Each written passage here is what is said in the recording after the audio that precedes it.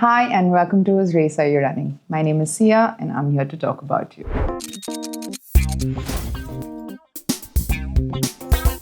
In today's episode, we will be covering three absolutely amazing subjects. We are going to be exploring love, we're going to be exploring hurt, and we're going to be exploring loneliness in the experiential way that we feel these things. And we're also going to be exploring whether what we call love is love or is there more to it. What we normally know as love is what we feel for the people that we like or we're bound to like by biology, parents, for example, siblings, and obviously the people we choose to be close to, friends, girlfriends, boyfriends, husbands, partners, etc., whatever that may be. So the key thing to remember or the key thing to note over here is what we know as love is what we call the feeling that we feel for those people. Okay, the most amazing thing about love and relationships is that it is also directly linked to stress. I think if you've all lived 15 years or more, or maybe even before that, you will understand very easily and very well how stressful relationships can be. And I'm not talking about just relationships with, a partner or, an intimate kind of relationship, but, friendships are stressful. Relations with our parents are stressful, with our siblings are stressful. There are these situations where you kind of have to get off work and go for that family dinner, and you're stressed more about the dinner than all the work that you kind of have to do. So it is interlinked. Now, the stress that we experience for work and other things that we kind of have to achieve in life is not different from the stress we experience for and from relationships. But we experience it differently simply because the context is different. This is something that you can't shrug off the relation with your parents, but you can change your job or work with different people, and there are some choices that you can make over there and change the context of that situation. However, in relationships, you can't really do that easily. So again, we take it for granted that that's a situation we kind of have to live with. In fact, one of the reasons I wanted to touch upon this subject is because every comment, conversation that kind of comes my way is things like marriage is very difficult, relationships are tough, you've got to deal with things, the word settle, it really bothers me. You've got to compromise in friendships, you've got to compromise in work relations, you have to compromise with your relations with your parents, with your partners. I mean, guys, come on, aren't you tired of compromising? Why is it that we have set such low bars for ourselves? Why is it that everything has to feel like just about half or a little bit more than half or maybe a little bit less than half that we, kind of want from our lives, but we have to settle for less and deal our entire lives that way? I mean, it's a sad state of affairs and it's not necessary, but the only way to kind of move around and about these things are simply by understanding it. So let's go right in. Here's the thing. Love is not different types of love. I mean, we've categorized it for, psychological study and that kind of things. But experientially, what you feel is not different and in various compartments and categories. The brain doesn't work like that. You don't have a center for parental love and a different center for relationship and intimate relationships and a different center for friendship. It doesn't work like that. It's not fragmented like that. Love is love.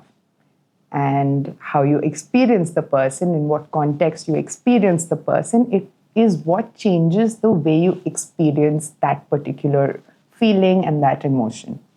But going further, let's examine experientially and existentially, is love a feeling? Is love an emotion? Is love a state? Or is love something ethereal that just is?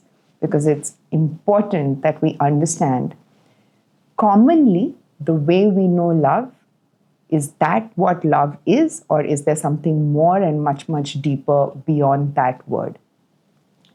To begin, let's start examining first the way we use language, because this is a conversation and words have a lot of context behind it in the way we communicate.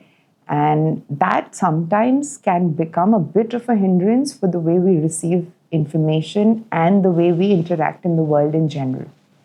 So, this may be a little tricky to understand, but it's actually very important to understand.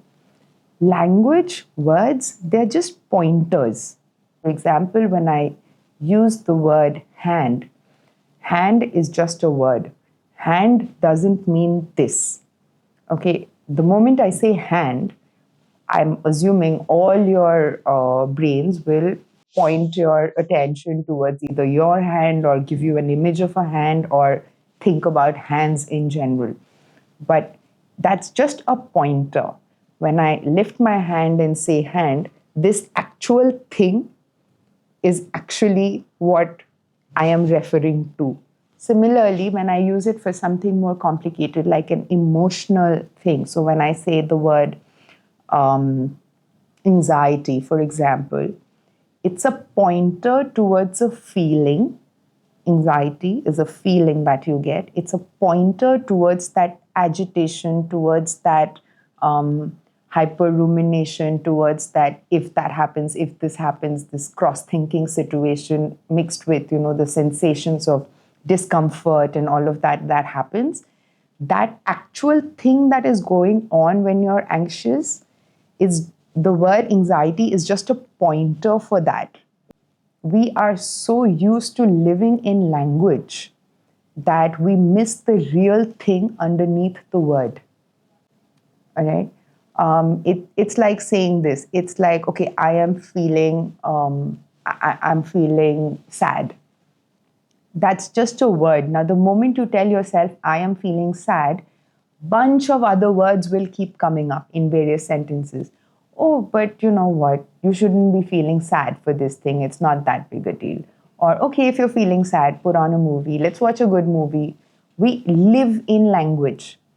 But what you miss is the point that when you say, I am sad, and then just keep quiet for a moment, what actually is going on within your body, what your actual sensation and feeling is beyond the words and the hyper thinking that is going on, that emotion or that feeling is actually what you're referring to when you're saying the word sad.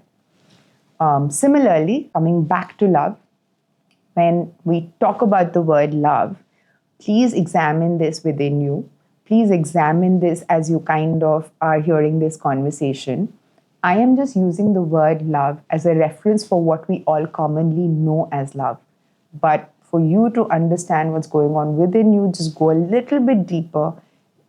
Maybe try and force your mind to keep a little quiet and try and sense or try and pay some attention to the sensations or the context that you feel within yourself when you say, okay, I love my friend or I love my partner or I love my dad or my mom, whatever.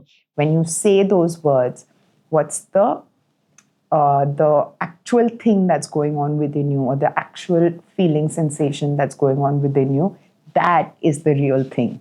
That is the thing that we're going to be talking about. And use this context of how we use words across this conversation, because that's what's going to help any of us understand anything. Otherwise, we're just always and always just trying to understand and explore concepts. That helps nobody, and it really gets nobody anywhere. All right, let's talk about attraction. Now, attraction is a very, very strong sensation, right? And you don't have to isolate it to, attraction to that guy or to that girl or to your partner or whatever. It is attraction in general. You can be attracted to a movie character, a story. You can be very, very attracted to an idea. You can be very attracted to anything, really. Because It's when you put the context into it. Oh, I feel infatuated with this person. I feel extremely strong desire to go and do that thing. It's the words that set the context apart. But if you can just keep the words aside and think of the things that you like and really want to, have in your life, go down, go a little bit beyond the superficialness of the words into the sensations that you feel. Funny thing is, you will understand, or you will very easily be able to see that the sensation across them all, while it may vary in intensity, is exactly the same sensation. Especially if you are in a situation where you have somebody that you want to get to or get with, or a character in a movie that is really attractive to you, or a celebrity, or literally anything, or a sports person. Just keep the words aside and try and think of that person or that character or that story or that thing, and see if your sensations or the feelings that are going on within you, see if it changes from an object to a human to a relation to anything else. And if you just try this once, and you try it diligently, and you try it calmly, easily, 99% you will arrive at the place that it's actually the same thing in different intensities and obviously different contexts. So, coming around to what happens in attraction. Okay. Now let's go really deep into this. So there's a person, now we will stick to people. So there's a person that you encountered in some situation in life. And there are many things about that person that are, if I may put it this way, tingly, happy, exciting for you in whatever context or situation you met that person. They bring about a smile. Whenever you think of them, you want to, maybe initiate a conversation, be with them, have feels of that person around you, and or you think about that person when you're not with that person. And depending on the intensity of it is how involved you are or how laid back you are about it. But essentially, that is attraction, right? Now let's look at what happened there. And this is going to get very tricky. You need to be really calm, and you need to be really curious about these things to actually understand it. But believe me, it's actually a lot of fun if you try to explore what's going on within you.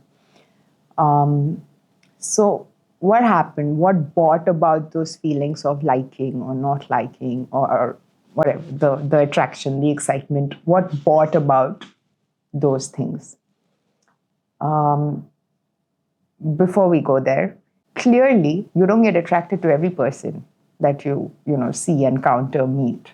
For some reason, there are those some people, or that one person, or those two people, or that 5 things that actually gets you excited about stuff, and it's a completely person to person thing. Ever wondered why this person and not that person? Ever wondered why this thing and not that thing? Ever wondered why in a sea of people is this person getting my senses lit up while the others are like doing nothing for me? Because you should. Now, what happened there is very simply memory of either your own ideas of your own self, your experiences of life, whatever material of, the psyche and the psychology that you have collected up until date, suddenly matched a set of qualities of another person. That's what happened. Whatever you thought would have been, or whatever situation you encountered in which you maybe did not get that thing or got that thing and really liked it, you stored up in your memory as, hey, that's a nice thing, this is a good quality, oh, I wish I could do that, oh, I wish I couldn't do that, oh, that's a kind of person I'd like to be with, this is a kind of person I'd like to be with, this is inspiring, this is so cool. All that kind of impressions that you have had from the time you were exposed to the world all the way till today, all got tingled up because you saw those qualities or a plethora of those qualities in the person that you're attracted to. So, simply to put it, attraction is a reaction of memory, your memory, and it's also a little bit complicated because it is severely mixed with sensations.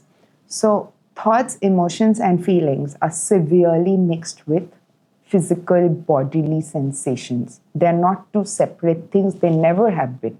Have you ever had any feeling without a sensation in the body, a physical sensation in the body? How do you know that you're having a feeling? You know it because you have a sensation in your body. That is what is telling you that you have that feeling. You can't keep the two aside. Feelings are not some ethereal things that are going on, somewhere outside there. Thoughts are not some amazingly magical things that are going on somewhere, outside there. It's all going on within this portion, like your entire body. That's all. Everything is going on within there. At least of everything the way we know it thus far. All right. So, memory is a very complex system. I don't know it entirely yet. But if you have not had that encounter before, it is very unlikely that you're going to have a associated sensation with it. If you encounter something completely new that you have never encountered in your life before, you will have a moment of blankness. Examine this. Don't take my word for it. Examine this. If I ask you what's your name, you're not going to take any, you're just going to answer blindly because you know your name, because you've been telling your name a million times. All right. If I ask you, what's the capital of India, that's not going to be very difficult to answer also because you know that information. But if I ask you, what is the latitude and longitude of Antarctica, you're suddenly, before you start finding ways to answer that question, you will have a very momentarily pause of your entire system if you're paying attention to me. Memory and that intricate, complex system of memory jogs up all the sensations and emotions that feelings that you get. If you understand what we are referring to when we call the word feeling, and you can just step back a little bit and try and examine the sensations that you get along with the thoughts that come about when we talk about the word feeling and the specific feeling of attraction, then now you know that whatever you're attracted to, whoever you're attracted to, is simply a response of memory. Okay. Now, here is I know that the social narrative is slightly different over here because psychologically people are going to tell you that you are not your feelings and you are not your thoughts and you are not your emotions. But in the way we experience life, I really want to question that. Because then, who are you if you're not your thoughts, your feelings, and your emotions? The way we know ourselves right now. I'm going to really poke that bubble over here and say, I'm sorry, but I think the way we know ourselves and in our states today, we are our thoughts and feelings and emotions and behavior and nothing else. That's all we are. This, I don't know, this hiding soul somewhere. We will talk about awareness when we get to it, but at the stage and state we are all experiencing life at this point of time, today, I is not different from my thoughts, my feelings, and my emotions. There is no separate I that is sitting there in all the things I've examined. So if you can go deep and really dig in and see, okay, is there anything else? Do I feel anything else? Can I identify anything else other than these things? then we will probably examine that further. But if you're honest to yourself, and really it's a self-exploration process. So it's not like you need to go tell somebody else about something or explore this with anybody else. You can do it. I mean, you should do it by yourself, sitting by yourself alone and hopefully quietly. And you will realize that you are it's a big, complex matrix, but that's all you are, that's all I am. And this complex matrix of that is what's guiding my entire experience of life. Okay? So, what you're attracted to today in the present is jogged by what was your entirety of your past. Which means the present attraction that you're experiencing is based on your past. There's nothing new about it. All right? Now, this has nothing, hear me out, don't throw me out just yet, but please hear me out. What you're experiencing, this attraction, this sensation, this excitement, has nothing to do with the other person. All you did is experience certain qualities, characteristics, a feel and an experience of that person, and that jogged up the whole thing that you're experiencing right now as attraction. Now that you have seen it, now that you have, experienced that person in the way that you have experienced that person, now that person can step aside. You sitting alone in your house in the middle of the night can jog up the exact same sensations and feelings. And that's what you feel. And problem is, the moment you feel those things by yourself, now without the other person in front of you, you want to do something about it. Before you let yourself feel it fully, you want to do something about it. There's another thing that happens here. The want to do something about it drives you to action. All right? So you pick up your phone, you think, you type the message 5 times, you delete the message 5 times, you think about what that person's going to say, they're going to say, not going to say. And now kicks in the second part, fear. If I send the message and that person does not like me, what's going to be the outcome of that? Okay, if I send the message and that person is not in the mood or whatever, they don't receive it, they're not going to reply to me for 5 hours, 8 hours, what am I going to feel about that? How bad is that feeling going to be? If I send a message now, as opposed to if I make an event out of this tomorrow, go meet that person, that may just increase my chances of being with that person. So should I do this or should I do that? All this happens, while I'm saying it, it's taking a lot of time, but within you, all this happens in a split second. And all of this happens one after the other in any random order, depending on, how you are, how your experiences of life has been, and how your I and your psyche is structured. But funny thing is, everybody who is experiencing this, while their content, the situation, the person, the things that they like, they don't like may be different, the mechanism is exactly the same of every human person. It's not different for me. I don't feel attraction any differently than you do. Your friend or your colleague doesn't feel it any differently from the next person and the next person. The way you experience it is exactly the same. What you experience, because of the content of memory, because the content of your memory is different from the content of my memory, that's the only difference. And then, of course, there is life situation that plays out, because can you do something about it or not? Maybe you're married. Maybe you're in a relationship already. Maybe you're, just going to college and you don't have time for it. All of that plays a part in having different intensities and different ways of experiencing it, because of the change of the content of the context, not the actual thing behind the word sensation. That's because this is exactly the same, we are able to communicate. We have a reference point for the other person. Now just think about this.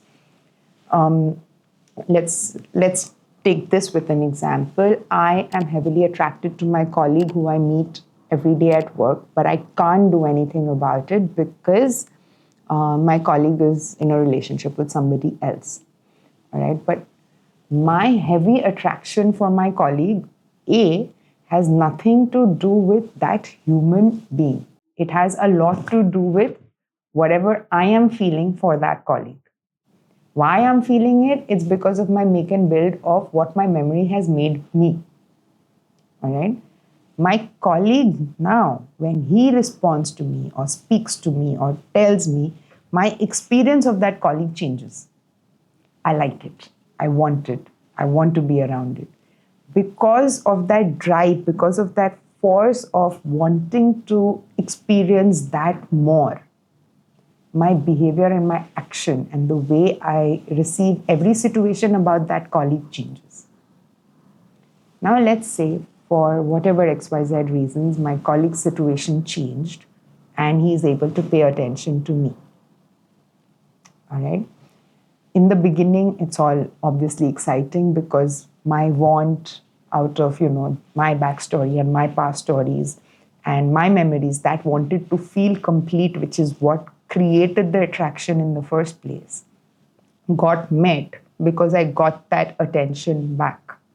So that's what we all call the honeymoon phase, right, of any relationship. Now, once those memories have met their needs, they have all calmed down, comes in the reality of situations. Now, the experience of that person is what is changing for you. The way you experience that person is no longer that exciting.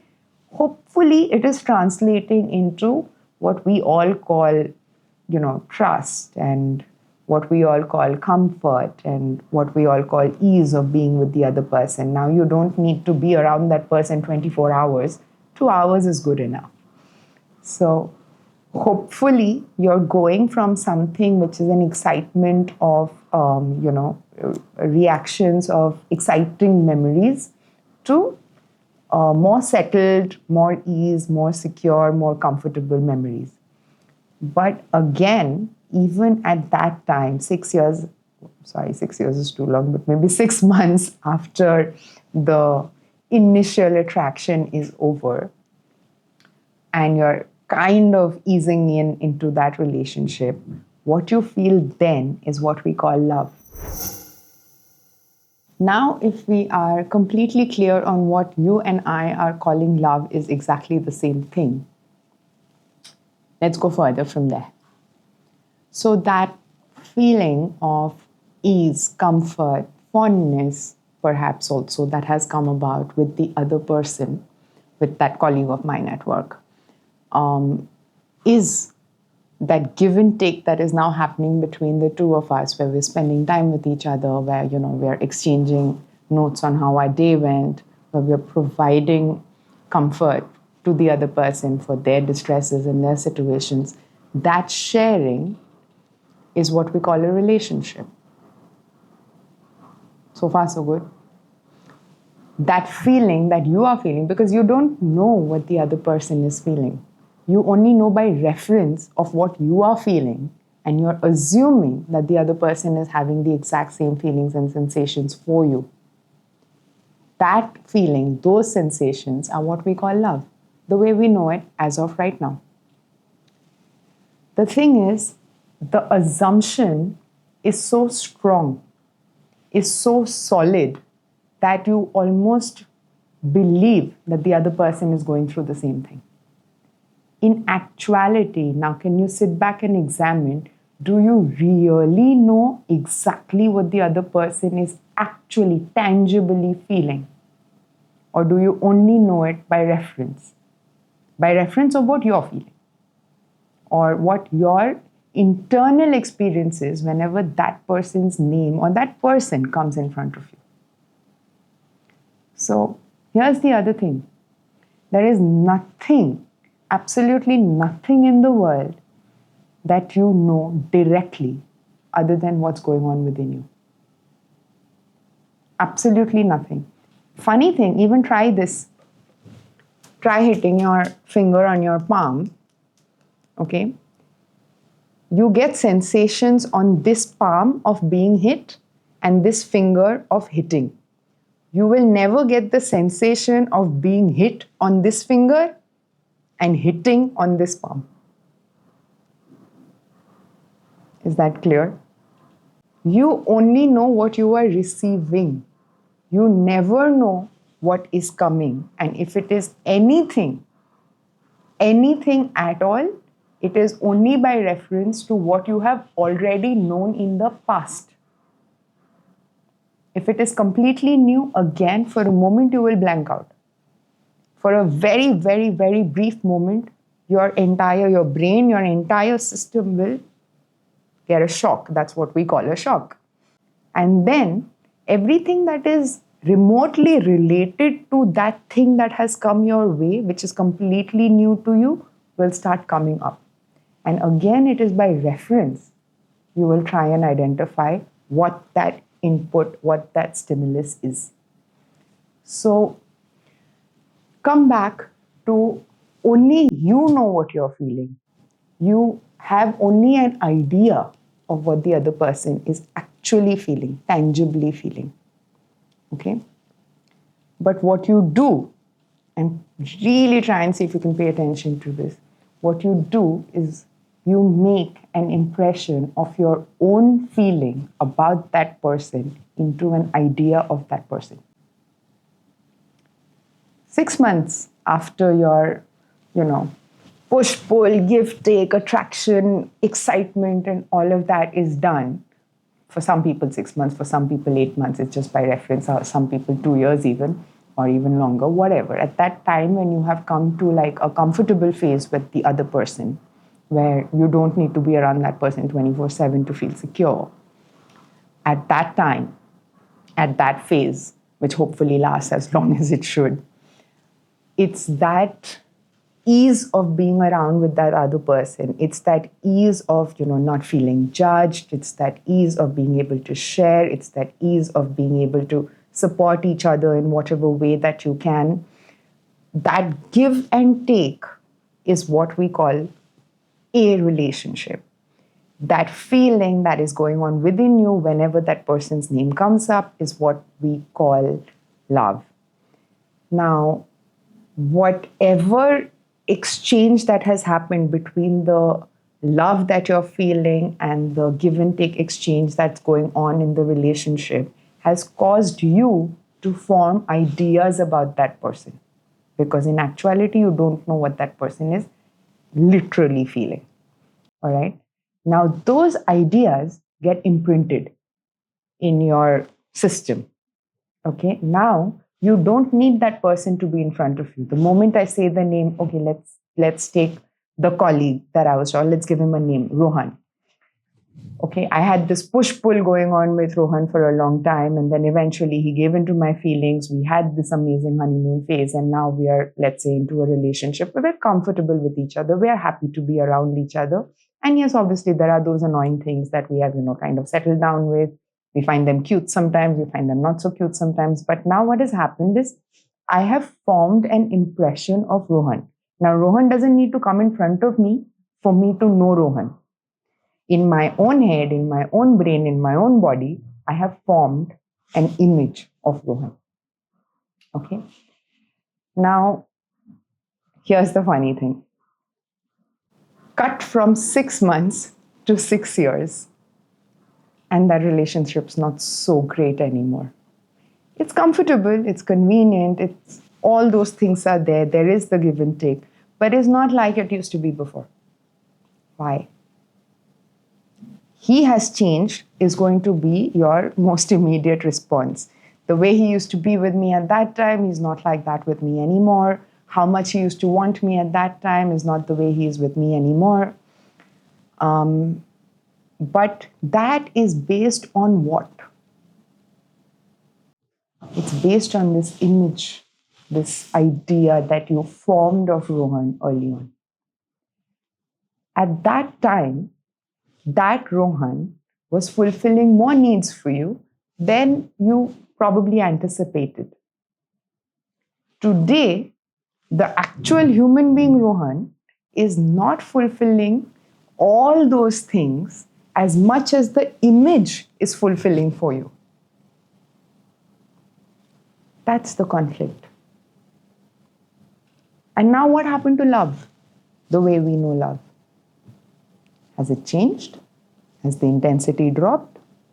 Has those emotions, I don't know, turned, shifted, morphed, etc., become something else? Has your life context changed? Have you gotten busier in life? He gotten busier in life?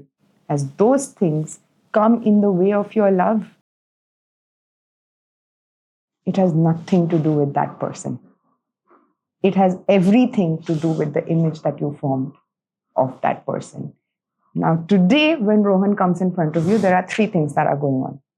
One is you, with your entire back history, backstory, back memories, your entire make of psyche that is already there, conscious and unconscious. All right. Second thing that is standing with you in this interaction, in this meeting, I'm sitting here, Rohan sitting in front of me, and right here with me is this image of Rohan that I have, which is this amazing guy who used to do these amazing things for me.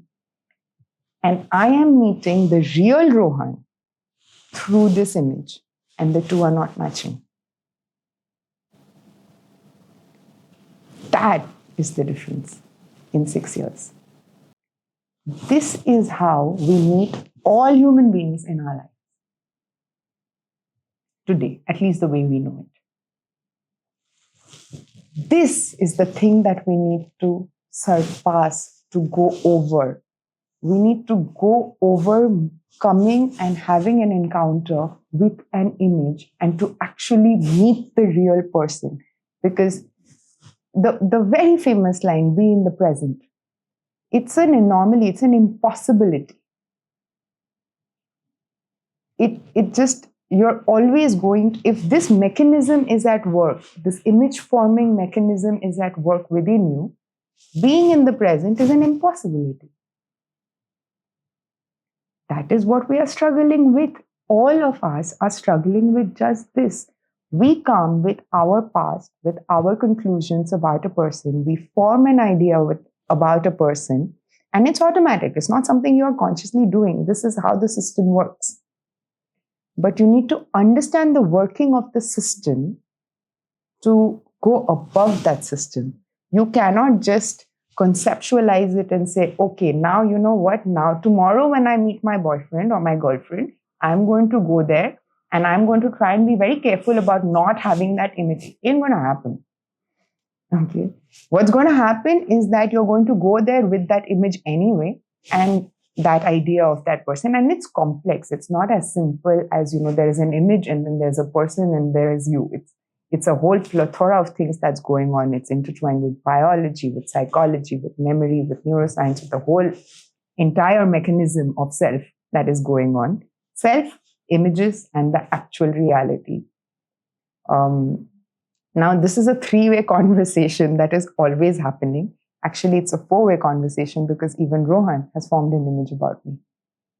Maybe in that dating phase, in that, amazing attraction phase, I was more accommodating. Maybe I was more, small things didn't bother me because the larger things were much more important. Maybe I was more carefree. Maybe my life situation was different and I was, more giving and whatever it may be. And that's the image that got formed for him. So in this two people encounter, you now have four people sitting, two of him and two of you. His is conflicting with his image. My image is conflicting with my image. And it is through these images that we are meeting people. That is what we know as love. And within that situation, we try and make it work. And this exact process is from where that line comes. Marriage is all about compromise, relationships are all about compromise and all of that. When actually it doesn't need to be that way at all. For it to not be that way, you have to understand that this experience has nothing to do with that person. This entire experience is completely yours. Now, here's the amazing thing. If you understand that all of what you call you, okay, and don't judge this because it's not fair. Don't avoid it because it's unnecessary and it's impossible. Don't dismiss it because of the language. Try and go, like we said, like I will continuously keep saying in this entire episode, go beyond the words to what it is pointing at. If you go beyond the words, meet the real thing, and then try and see what's going on with you, what you will realize that the entirety of you, what you call you, what I call me, is the past. The right now and the present is the only facts that are outside of you. Within you, everything that is, that you call me, that you call I, that you call your experience, is your past. Here is where we want to go. We want to know that we are meeting the person with the past. We are not trying to avoid the past. We are not saying, oh, I am not like that, and I don't do that, and I have, I'm very conscious and self-aware. No. Those are just words. All we are saying is, now, when we meet another person, we just try and keep in mind that, okay, let's see. Is this true? Let's examine, let's experiment. Is this the way it is? Am I doing that? Is that how it is? And we watch and we observe and we learn. Because the moment you have awareness that you are meeting the other person not wholly, not fully, not in the current context, not in the current situation, but with an entire baggage of your past, the moment that is also there, that information is also there and present with you, you will automatically, your behavior, your approach, your receiving that person will automatically change. It's like this. It's the example that I will keep going back to from Advaita Vedanta. It's like, when you're walking in the forest and you step on something that feels like a snake and you jump out with fright, right? The problem is, if you don't look back and look at what you have stepped on and you run off, right? You will never know whether you actually stepped on a snake or was it a twig or was it a rope. If you look back and realize that it was never a snake, there was a rope, you're never going to be scared of that moment again, are you? The issue is you've run forward and now you live the rest of your life thinking at one point of time, I stepped on a snake and it scared the Jesus out of me. All it takes is for you to look back and see whether there was really a snake there or was there a rope or a twig, because the snake would have gone off, crawled off, the rope or the twig would have been there and you would have seen it and you would have nothing to be scared of. Okay.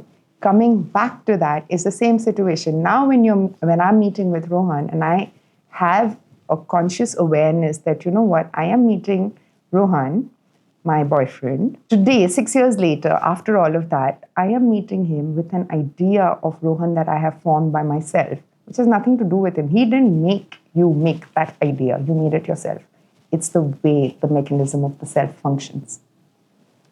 If I can keep an awareness and an eye of awareness on that, automatically when he says something that's going to disappoint me or that is disappointing me, I will have that going on in the back of my mind that, you know what, let me just understand better. Is this me creating this disappointment, or is there something that he's actually saying that makes sense? You will finally, for the first time, actually listen to what the other person's saying fully. So now when when I am meeting Rohan, there's the other thing to watch out for. What we just spoke about, conflict. Where is the conflict? Let's really see if we can go deep into this. Is the conflict that I am experiencing, let's take this with an example. Okay, I have worked like a donkey for the last 15-20 days, okay, and I knew that this was going to come up 1 month ago. So I told my boyfriend Rohan that, listen, on 25th of January to 30th of January. Please keep yourself free because, we've been working like mules for the last 6 months. We barely gotten to see each other. But let's take that time off for ourselves so we can, have a good time together. Exactly on 24th night, when we've gone for our dinner date to plan our, next 5 days, which was supposed to be our time and our time off and all of that, Rohan has gotten this project that he believes is going to change his life. Now, in this particular amazing, interesting meeting that, I'm very much looking forward to because, my days off and my time with Rohan is coming up. He, on the other hand, is probably freaking out because he wants to, not be there those 4-5 days and take up that dream project of his. He's gone through his rigmaroles for as long as he needed to. And we're sitting together now on the night of 24th January. And Rohan is breaking this news to me that, listen, babe, I'm really sorry. I know we planned this whole thing together and we planned it like a month back, but I'm going to have to bail on it. And he has found the best words to throw that information at you. Now let's look at what is going on with me when that news has arrived. Okay. The news that has arrived is simply the thing that we planned a month ago is not going to happen. Why is it not going to happen? It's not going to happen because because Rohan has gotten something that is terribly important to him. What have I received is what is going to create my experience. Now, I could have received this in many ways, and I'm probably going to receive it in a very different way from what you're thinking. So let's see. First could be that I'm not important enough, his work is. Okay. Second could be that he never keeps up to his commitments in regard to me. His work is more important. Third could be that he was never like this, he has changed. Fourth could be that I am not relevant in his life. Fifth, sixth, you can keep going on. Or it could be a mixed match of any of these or many more of these. Let's examine the situation a little bit. From Rohan's point of view, which I cannot think at this point of time because I am deeply disturbed by that news. I cannot see it from his perspective. It's not possible, at least not immediately when I have received the news.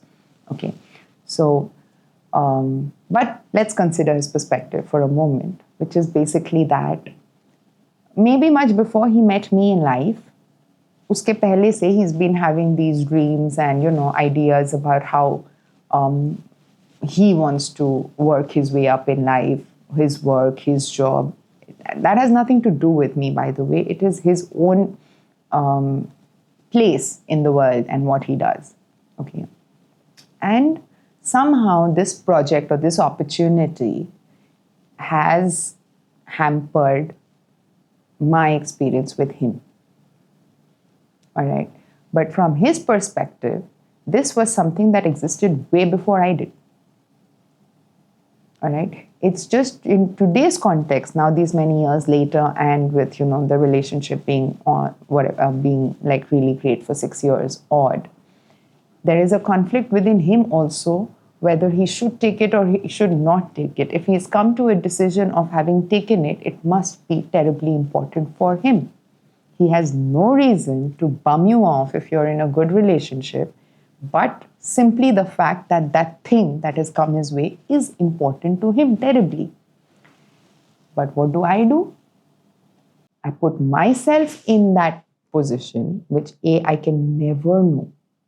Just like he can never know what my emotions are or my feelings are at this point of time. He can know again only by reference. He cannot know exactly. Right? But what do? I put myself in that situation. I think what I would have done in that situation. Or I think what the image Rohan, which I formed 6 years ago, would have done in that situation. And now I am disappointed, not with the decision that Rohan took, because I don't have all the information of what decision Rohan took and why he took it.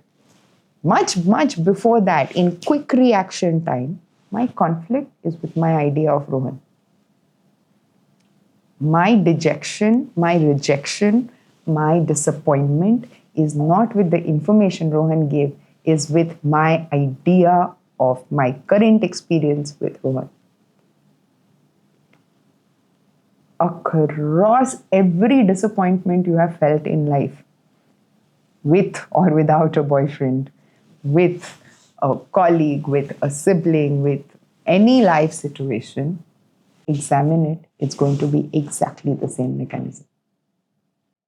This is the step-by-step process of what went on within you when you felt like that. And it is same for every single human being. Again, there's nothing you can do about it.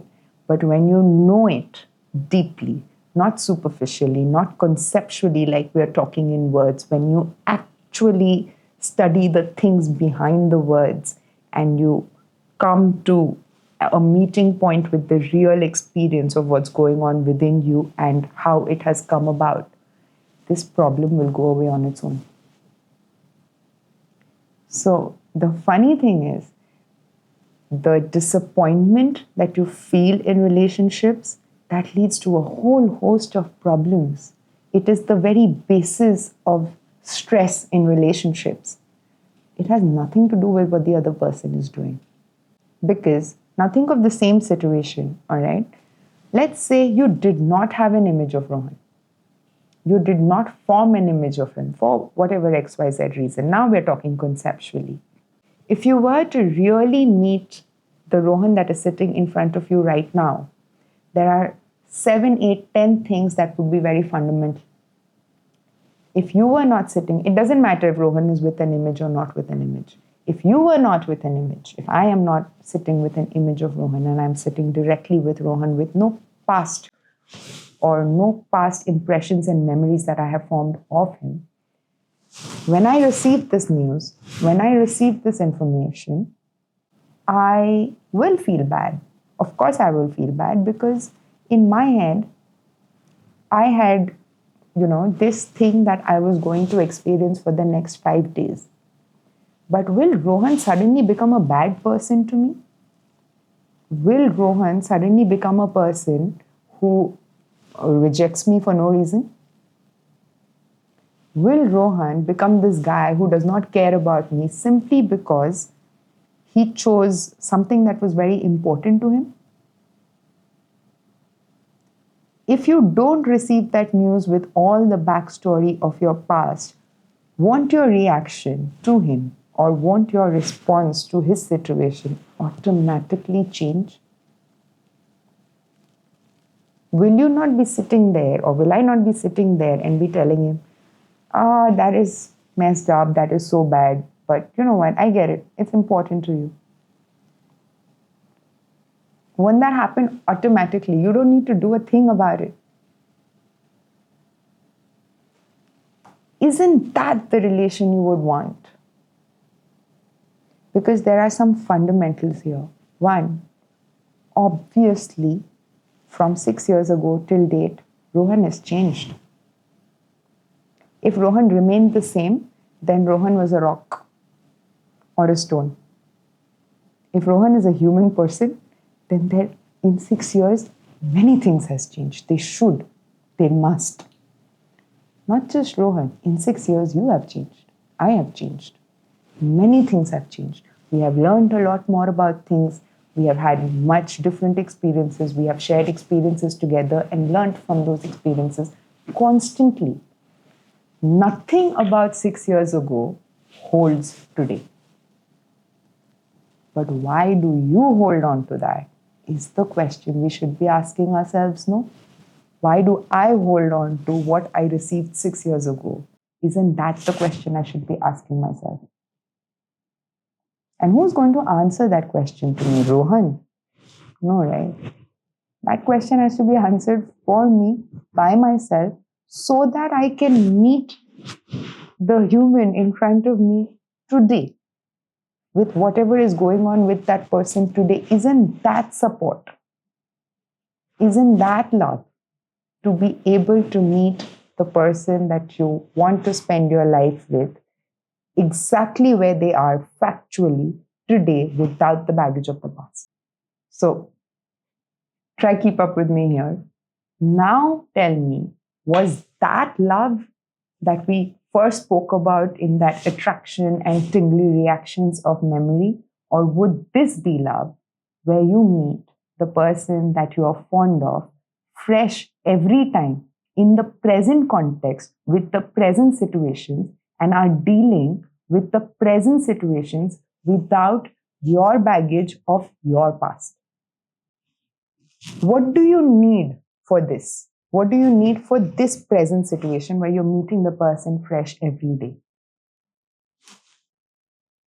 What effort do you need to put in for you and that person to connect? Nothing. You will do it anyway. But with that image, with the idea of the past that you're holding, with that, when you're meeting a person, you need to put in a lot of effort. You need to hold back your reactions so that you don't say spiteful things when bad news comes your way, so that you don't behave badly, so that you don't act out, so that you don't reject the other person also in front of you. It's a give and take, right? If Rohan's told me, sorry, babe, I can't do this, screw you, you're not the kind of person for me.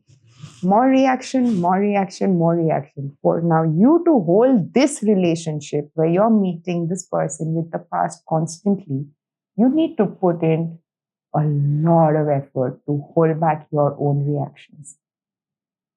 As does he.